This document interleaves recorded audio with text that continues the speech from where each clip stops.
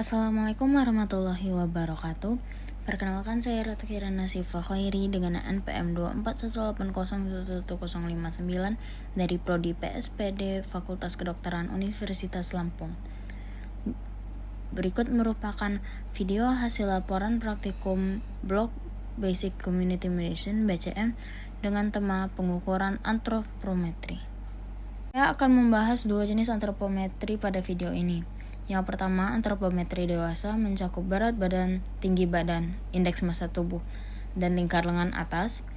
Dan yang kedua merupakan antropometri anak yang mencakup berat badan menurut umur, tinggi badan menurut umur, berat badan menurut tinggi badan, IMT menurut umur, lingkar kepala menurut umur, serta lingkar lengan atas menurut umur. Berikut data pasien saya. Yang pertama adalah Nona Jessica A dengan umur 27 tahun 5 bulan dengan jenis kelamin perempuan. Sedangkan yang kedua adalah anak Anaya KO dengan umur 5 tahun 0 bulan dengan jenis kelamin perempuan. Yang pertama, antropometri dewasa. Berikut pengukuran berat badan. Saya menggunakan timbangan digital yang telah saya kalibrasikan untuk menunjukkan angka 0. Hasilnya merupakan 50,50 kg. Selanjutnya adalah pengukuran tinggi badan menggunakan microtos yang telah saya kalibrasikan hingga menunjukkan angka 0 cm.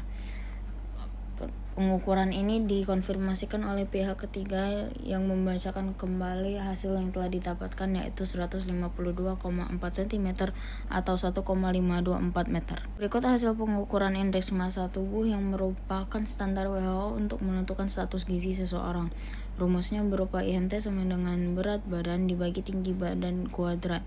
Yang saya dapatkan hasilnya berupa 21,7, yang dimana menurut tabel, interpretasinya berupa hasil normal yang menandakan bahwa gizi dari Nona Jessica telah terpenuhi, tidak melebihi dan tidak kekurangan. Berikutnya merupakan pengukuran lingkar lengan atas menggunakan pita lila. Hasil dari pengukurannya merupakan 25,0 cm yang berarti normal. Ini merupakan cara lain untuk menentukan status gizi, akan tetapi lebih sering dipakaikan untuk balita dibandingkan dewasa. Baiklah, yang selanjutnya adalah antropometri anak. Baiklah, yang pertama merupakan berat badan menurut umur.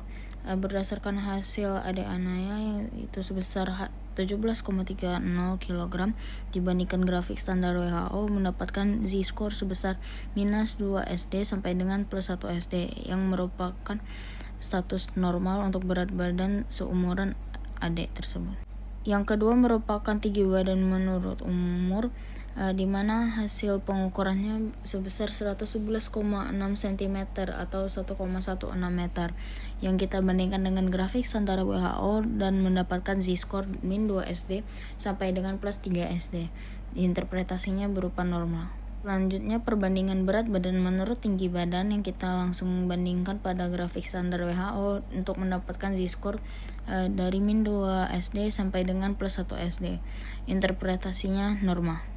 Selanjutnya ada indeks massa tubuh menurut umur yang kita hitung menggunakan rumus IMT seperti biasa dengan BB per TB kuadrat, di mana 17,30 kita bagi dengan 1,116 dikuadratkan menghasilkan 13,89 atau dibulatkan menjadi 13,9.